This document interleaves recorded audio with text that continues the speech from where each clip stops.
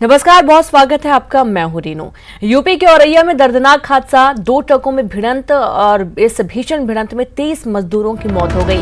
30 से ज्यादा मजदूर हादसे में जख्मी हुए हैं। बड़ी खबर आपको दे रहे हैं, यूपी के औरैया में दर्दनाक सड़क हादसा हुआ है, जहां पर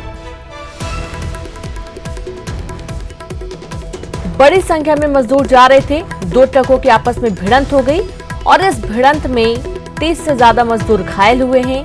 23 मजदूरों की दर्दनाक मौत हो गई है।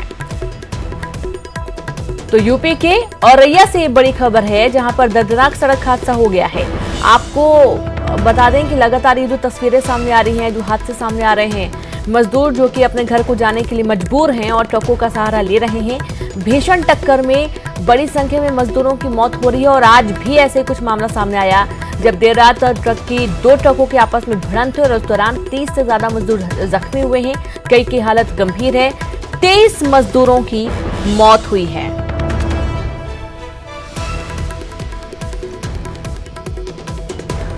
तो यूपी के औरैया में ये भीषण सड़क हादसा हुआ है, जहां 2 ट्रक आपस में भिड़ गए और इस दौरान 23 मजदूरों की मौत हुई। 30 से ज्यादा मजदूर जख्मी हैं। इनमें से कई लोगों की हालत काफी नाजुक भी बनी हुई है।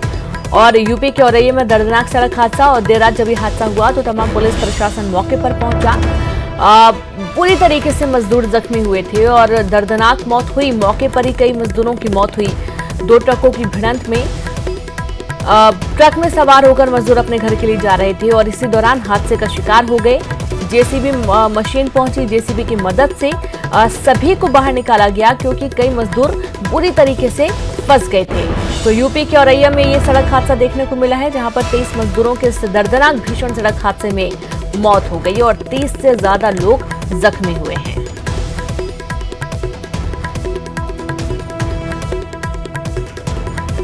तो ये तस्वीरें आपके सामने हैं, देर रात की तस्वीरें हैं और राहत टीम भी मौके पर पहुंची थी। सभी मजदूरों को बाहर निकाला गया। कुछ मजदूर बुरी तरीके से फंस गए थे, उनको भी बाहर निकाला गया। कई मजदूरों को अस्पताल पहुंचाया गया। यूपी के औरैया में ही जब ये दर्दनाक हादसा हुआ तो वहीं आसपास के अस्पताल में इन सभी मजदूरों को ले जाया गया है। और आश्चर्य की बात यह है कि लगातार जो घटनाएं सामने आ रही हैं, लगातार प्रशासन अपील भी कर रहा है कि उनको घर पहुंचाया जाएगा, वो यूं ही ना निकले। लेकिन उसके बावजूद जो मजदूर निकल पड़े हैं, वो अपने घर जाने के लिए बेचैन है और इसी दौरान सड़क हादसों का शिकार हो रहे हैं। जो छोटा ट्रक था उसमें लोग कैंटर में दिल्ली से आए थे जी, तो वो ढाबे के पास रुक के चाय वाय पी रहे थे। पीछे से एक ट्रक, बड़ा ट्रक जिसमें कि चूने के बोरे लदे हुए थे, राजस्थान साइड से है, राजस्थान के नंबर है, उसमें कुछ जो लोग बैठे हुए थे, वो ट्रक पीछे से आके इनसे टकराया। तो शायद ड्राइवर को नींद जबकि अब कुछ चाहिए होगी, साइड में था, ट्रक से साइड में खड़ा हुआ था, हाईवे साइड में था, उसमें फिर टकराने से घटना हुई। तो इसमें जो टोटल हुआ है, इसमें 23 कैजुअलिटी हुई है। 15 को हमने रेफर करा, जिनके ज्यादा फ्रैक्चर है और माइनर फ्रैक्चर, माइनर उसके 20 लोग यहाँ एडमिट है हमारे 20 लोग यहाँ एडमिट है और 15 लोग सफेद सर। अनुमानित कितना आंकड़ा पहुंच सकता है? अभी रेस्क्यू जारी है आपका? कितनी अब सारे हो चुके हैं। वहीं से हम 2 घंटे वहीं थे तो सारा चेक कर लिया। वहाँ ऐसा कोई भी नहीं, सब जितने भी लोग थे सब यहाँ आ चुके हैं। जैसे किसी की डेथ हुई वो भी, और जिनको ट्रीटमेंट की जरूरत थी उनको सही जगह पहुँचा। क्या सर किसी व्यक्ति जो डेथ हुई फैकल्टी हुई है जिनकी, क्या किसी के आईडी कार्ड तो देख रहे ये सब किसी के घर वालों से संपर्क हो पाएगा? अभी करवाते हैं। कुछ तो परिवार वाले, कुछ लोग साथ में ही थे, कुछ उनके परिवार वाले यहाँ एडमिट भी हैं वापस में। बाकी ये मैक्सिमम लोग एक तो बिहार, झारखंड और वेस्ट बंगाल के थे, जो अलग अलग कार्य कर रहे थे, उधर की साइड जा रहे थे। केंद्र ने सभी राज्यों को लिखा पत्र। प्रवासी श्रमिकों के पैदल चलने के मामले में आ रहे हैं और राज्यों की है श्रमिकों को घर पहुंचाने की जिम्मेदारी। श्रमिकों को विशेष बसों और श्रमिक एक्सप्रेस से ही घर भेजे राज्य इन सुविधाओं की जानकारी श्रमिकों तक पहुंचाएं। गृह मंत्रालय ने साफ आदेश दिए हैं। राज्यों की अहम जिम्मेदारी है कि सभी मजदूरों को उनके घर पहुंचाया जाए और राज्य इन सुविधाओं की जानकारी श्रमिकों तक भी पहुंचाएं, क्योंकि श्रमिकों को इस बात की जानकारी नहीं होती है और इस वजह से श्रमिक परेशान होकर अपने घर के लिए पैदल ही निकल पड़ते हैं। अपना जो भी जुगाड़ बन पाता है उससे निकल पड़ते हैं। और वहीं गृह मंत्रालय का साफ कहना है राज्यों को कि उनके राज्यों के जितने भी मजदूर हैं उन सबको उनके घर पहुंचाने की अहम जिम्मेदारी है और इसके चलते वे बसें चलाएं, जो भी जरूरी साधन है वो चलाने की कोशिश की जाए और खास तौर पर श्रमिकों को ये जानकारी पहुंचाई जाए कि उन्हें घर पहुंचाने के लिए राज्य सरकारें मदद कर रही हैं, कोशिश कर रही हैं, कौन कौन से रूट तय किए जा रहे हैं। ये तमाम चीजों की जानकारी राज्य सरकारें श्रमिकों तक पहुंचाएं।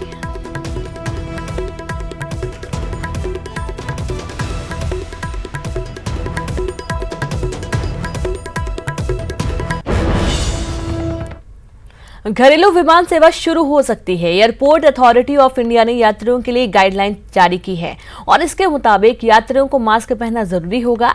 यही नहीं, हैंड सैनिटाइजर भी रखना होगा। इसके अलावा यात्रियों को मोबाइल में आरोग्य सेतु ऐप भी रखना होगा। तो बड़ी खबर आपको दे रहे हैं, जहां पर अब जल्द ही शुरू हो सकती है। अथॉरिटी ऑफ इंडिया ने यात्रियों को एयरपोर्ट अथॉरिटी ऑफ इंडिया ने यात्रियों के लिए गाइडलाइन जारी कर दी है और घरेलू विमान सेवा शुरू हो सकती है और इसके चलते गाइडलाइंस जारी की गई हैं। इसके मुताबिक यात्रियों को मास्क पहनना अनिवार्य होगा और यही नहीं, हैंड सैनिटाइजर भी साथ में रखना जरूरी होगा और इसके अलावा यात्रियों को मोबाइल में आरोग्य सेतु ऐप भी रखना अनिवार्य होगा।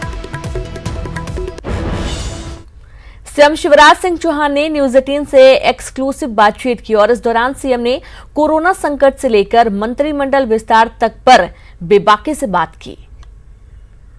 रेड जोन है, जब संक्रमण ज्यादा है हम नहीं खोलेंगे अभी, क्योंकि लोगों की जिंदगी ज्यादा जरूरी है। तो वहां हम कंटेनमेंट एरिया के साथ बफर जोन को भी बंद रखने का काम करेंगे, लेकिन ऑरेंज और ग्रीन में सारी गतिविधियां चालू करेंगे। कंटेनमेंट एरिया को छोड़कर विस्तृत रूपरेखा आज रात तक हमारी बन जाएगी। देखिए, नरेंद्र मोदी जी अद्भुत प्रधानमंत्री हैं। एक तरफ वो नेतृत्व कर रहे हैं कोरोना की लड़ाई में, देश का और दुनिया को दिशा दिखा रहे हैं।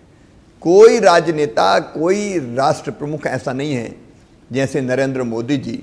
उनके एक आह्वान पर 130 करोड़ भारतीय उनके साथ और उनके पीछे खड़े हो जाते हैं और इसलिए कोरोना को काफ़ी कुछ नियंत्रित अगर हमने किया है तो नरेंद्र मोदी जी के दूरदर्शी नेतृत्व के कारण। सभी मजदूर भाइयों और बहनों से ये निवेदन करना चाहता हूं कि चिंता ना करें, उनको वापस लाने के काम में हम कोई कसर नहीं छोड़ेंगे। लगातार मध्य प्रदेश से ट्रेनें चली आ रही है और ट्रेनों के माध्यम से हम लोगों को वापस ला रहे हैं। 2,26,000 श्रमिक अभी ट्रेन और बसों के जरिए वापस आ चुके हैं। ये उनसे अलग संख्या है जो अपने अपने साधनों से आ गए, उनकी संख्या अलग है। 50 से ज़्यादा ट्रेनें आ चुकी है, 50 से काफ़ी ज़्यादा आई है। 90 ट्रेनें हमारी अभी आने वाली है और बाकी जहाँ जहाँ सूचना मिल रही है वहाँ के लिए हम ट्रेन की व्यवस्था करके उनको लाने का काम कर रहे हैं। ज़रूर बड़ी टीम की ज़रूरत है। मैं केंद्रीय नेतृत्व के संपर्क में हूँ। 17 तारीख तक ये समझ बनी थी कि 17 तारीख तक ये लॉकडाउन है, तब तक रुकें, उसके बाद इस पर विचार करके और फिर फैसले करेंगे। आज 15 है, 17 तक तो हम लॉकडाउन कैसे खुलेगा, क्या खुलेगा, उसकी पूरी व्यवस्था में लगे। इसके बाद मैं केंद्रीय नेतृत्व से चर्चा करूंगा, प्रदेश नेतृत्व से चर्चा करूंगा और उसके बाद इसका आगे के गठन का मार्ग साफ होगा। भोपाल में लॉकडाउन का उल्लंघन करने के आरोप में 71 जमातियों को गिरफ्तार किया गया। अलग अलग इलाकों से इनकी गिरफ्तारी हुई है। गिरफ्तार किए गए जमातियों में ज्यादातर विदेशी हैं। इन पर वीजा नियमों के उल्लंघन के भी आरोप लगे हैं। गिरफ्तार किए गए जमातियों को 14 दिन की न्यायिक हिरासत में भेज दिया गया है। तो राजधानी भोपाल से 71 जमाती गिरफ्तार हुए। धारा 188 के उल्लंघन के आरोप में इन्हें हिरासत में लिया गया है। वीजा एक्ट के नियमों के उल्लंघन का भी इन पर आरोप है। दूसरे देश के ज्यादातर जमाती बताई गई हैं और जो कि भोपाल की अलग अलग जगहों पर अभी तक एक साथ रुके हुए थे। और भोपाल में जब इस बात की जानकारी लगी, खोजबीन की गई, तो 71 जमाती सामने आए और इनके अलावा भी कुछ और जमातियों के होने की आशंका बनी हुई है। जांच की जा रही है और ऐसा कहा जा रहा है कि जो लोकल के लोग थे उन्होंने ही इनको रहने में मदद की थी। 14 दिन की न्यायिक हिरासत में इनको ले लिया गया है। इनसे पूछताछ की जा रही है। इंदौर में कोरोना के बढ़े मामले। इंदौर में कोरोना के 79 नए पॉजिटिव केस देखने को मिले हैं। इंदौर में पॉजिटिव मरीजों की संख्या बढ़कर 2378 हो गई है। तो इंदौर में लगातार केस सामने आ रहे हैं और इसी कड़ी में एक बार फिर से नए मामले सामने आए और इसके साथ ही 2378 कुल कोरोना पॉजिटिव मरीजों की संख्या यहां पर देखी जा रही है। बड़ी खबर इंदौर से कोरोना के मामले लगातार बढ़ रहे हैं। इंदौर में कोरोना के 79 नए पॉजिटिव केस फिर से देखने को मिले और इन सबको मिलाकर इंदौर में अब पॉजिटिव मरीजों की संख्या कुल संख्या 2378 पहुंच गई है। तो कई मरीजों की यहां पर मौत हुई है और 2378 मरीजों की संख्या पहुंच चुकी है और इसके साथ ही बड़ी संख्या में मरीज ठीक होकर अपने घर भी गए हैं। तो जिले में पॉजिटिव मरीजों का आंकड़ा बढ़ रहा है। इंदौर में कोरोना के बढ़े मामले 71 नए मामले फिर से सामने आए हैं और इसके बाद लेकिन एक राहत वाली खबर ये भी है कि इंदौर के कुछ इलाकों में केस बहुत हद तक कम हुए हैं, लेकिन अन्य जगहों से केस बढ़ रहे हैं और इसके चलते 79 नए मामले फिर से सामने आए हैं। जबलपुर में कोरोना के 4 नए मामले फिर से सामने आए हैं और अब तक जिले में कुल 174 मामले हो चुके हैं। पॉजिटिव केस 85 लोग अब तक हो चुके हैं स्वस्थ और यहां पर 8 लोगों की हो चुकी है कोरोना से मौत। तो इंदौर जबलपुर से बड़ी खबर है जहां पर अब तक जिले में कुल 174 पॉजिटिव केस सामने आए हैं और इन केसेस में 85 लोग अब तक ठीक होकर अपने घर भी जा चुके हैं और 8 लोगों की यहां पर कोरोना से मौत भी हो चुकी है।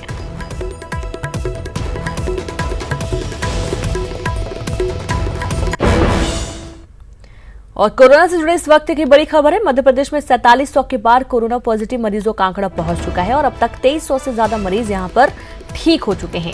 242 की मौत हुई है। इंदौर में 2300 से ज्यादा मामले सामने आए हैं पॉजिटिव केस और साथ ही भोपाल में 900 से ज्यादा पॉजिटिव केस देखे गए हैं। रिकवरी रेट भी अच्छा खासा बढ़ा है।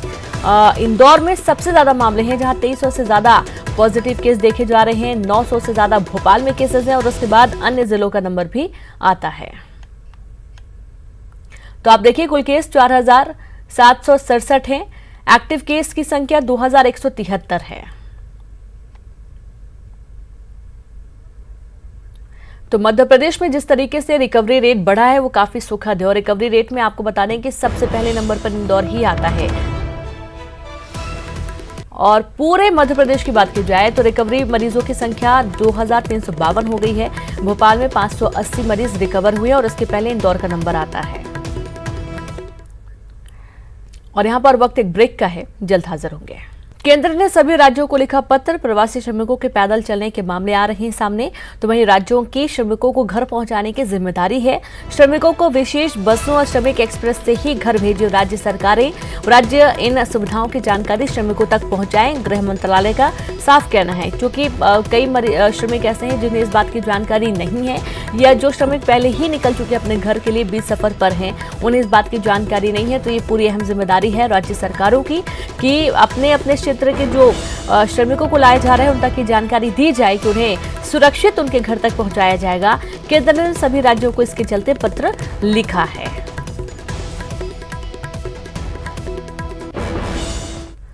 घरेलू विमान सेवा शुरू हो सकती है। एयरपोर्ट अथॉरिटी ऑफ इंडिया ने यात्रियों के लिए गाइडलाइन जारी कर दी है और इसके मुताबिक यात्रियों को मास्क पहनना अनिवार्य होगा। यही नहीं, हैंड सैनिटाइजर भी रखना होगा। इसके अलावा यात्रियों को मोबाइल में आरोग्य सेतु ऐप भी रखना अनिवार्य किया गया है।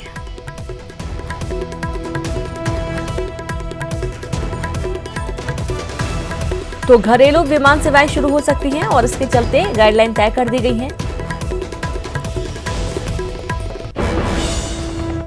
रायपुर में आज से 55 घंटे का टोटल लॉकडाउन कर दिया गया है। प्रदेश सरकार की मंजूरी के बाद रात 11 बजे से इस लॉकडाउन की शुरुआत हुई है। नए आदेश के मुताबिक अब हर हफ्ते में 2 दिन का टोटल लॉकडाउन प्रदेश के कुछ जिलों में लागू होगा और इसके पिछले हफ्ते भी सरकार ने 2 दिनों के लॉकडाउन का आदेश दिया था। लॉकडाउन के दौरान सोशल डिस्टेंसिंग को बनाए रखने के लिए ये कवायद की जा रही है।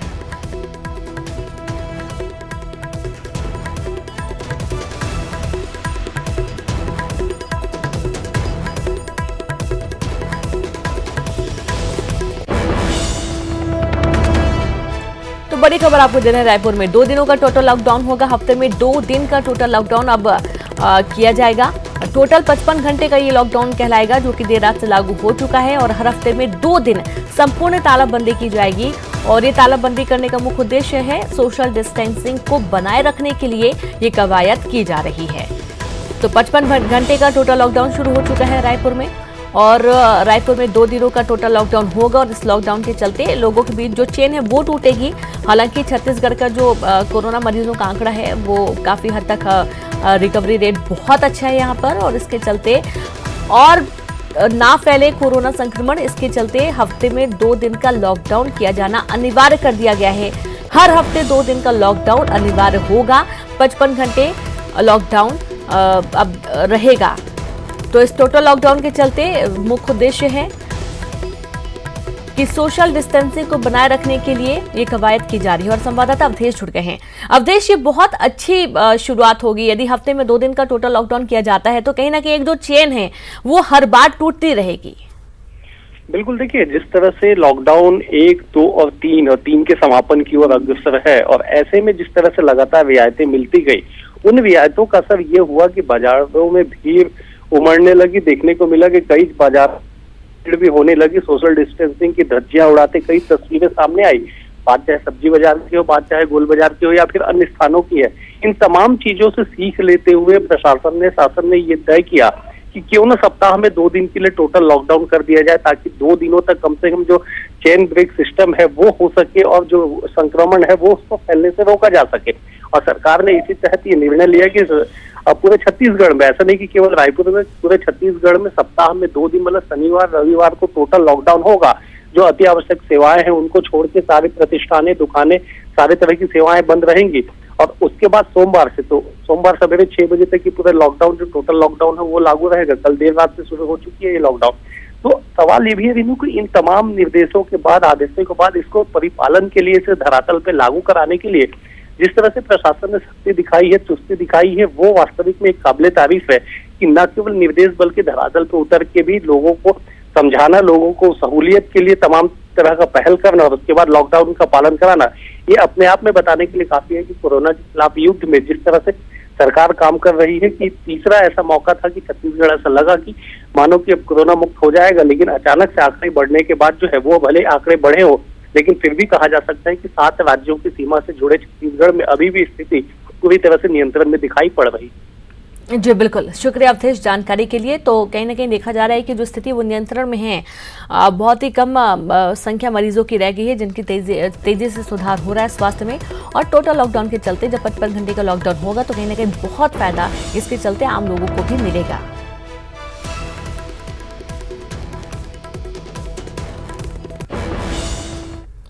शुक्रवार की देर शाम कोविड-19 को लेकर छत्तीसगढ़ से बुरी खबर आई है कि एक साथ 6 नए मरीजों की पुष्टि हुई है। कोरिया जिले में एक और, जांजगीर जिले में 5 नए मरीज मिले हैं। नए मरीजों के मिलने के बाद छत्तीसगढ़ में एक्टिव मरीजों की संख्या अब 4 से बढ़कर 10 हो गई है। तो वहीं मरीजों की कुल संख्या बढ़कर 66 हो गई है, जिनमें से 56 स्वस्थ होकर डिस्चार्ज हो चुके हैं। तो स्वास्थ्य विभाग के अधिकारियों ने नए मरीजों की पुष्टि करते हुए बताया कि सभी के सैंपल जांच के लिए रायपुर मेडिकल कॉलेज भेजे गए थे, जहां रिपोर्ट पॉजिटिव आई है। दरअसल ये तीसरा मौका है जब छत्तीसगढ़ राज्य में कोरोना की वापसी हुई है, और इससे पहले भी 3 बार ऐसा मौका आया है कि मानो छत्तीसगढ़ कोरोना मुक्त हो जाएगा।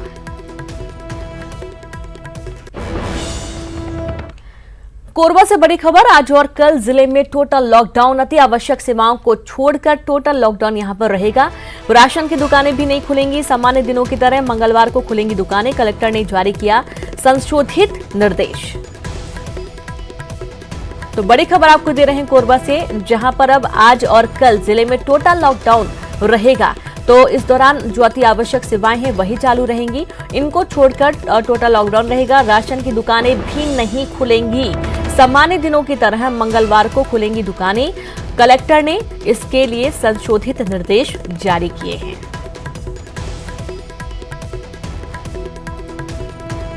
तो पहले देखा जाता था कि टोटल लॉकडाउन में भी राशन की दुकानें खुलती थी, लेकिन इस बार नहीं खुलेंगी।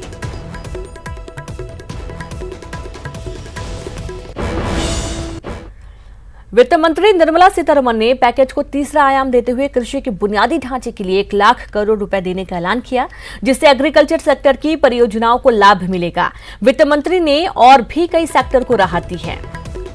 तो बता दें, कृषि इंफ्रास्ट्रक्चर के लिए 1 लाख करोड़ का प्रावधान है। कृषि की अलग अलग संस्थाओं को मदद देंगे।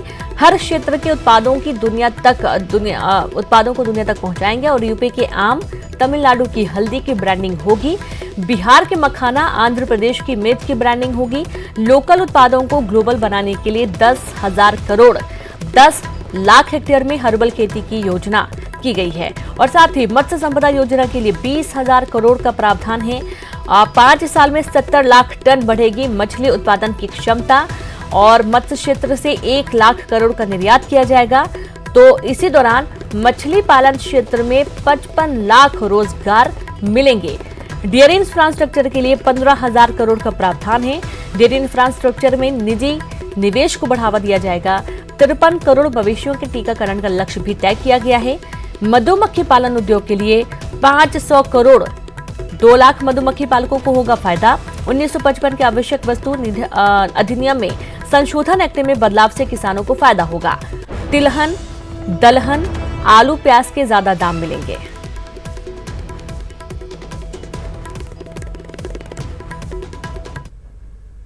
करोड़ रुपए का कृषि आधारभूत ढांचा बनाने के लिए ये योजना लाई गई है, जिसमें चाहे कोल्ड चेन हो या फसल कटाई के बाद प्रबंधन करने के लिए जो भी सुविधाएं वैल्यू चेन के लिए बनानी है वो उसमें बनाई जाएंगी और इससे लाभ मिलेगा मूल्य संवर्धन के लिए भी, भंडारण की क्षमता बढ़ाने के लिए भी और कुल मिलाकर किसान की आय को भी इसमें बढ़ोतरी मिलेगी और भारत न केवल अपनी मांग को पूरी कर पाएगा, एक्सपोर्ट करने में भी इसकी आने वाले समय में बहुत मदद मिलेगी।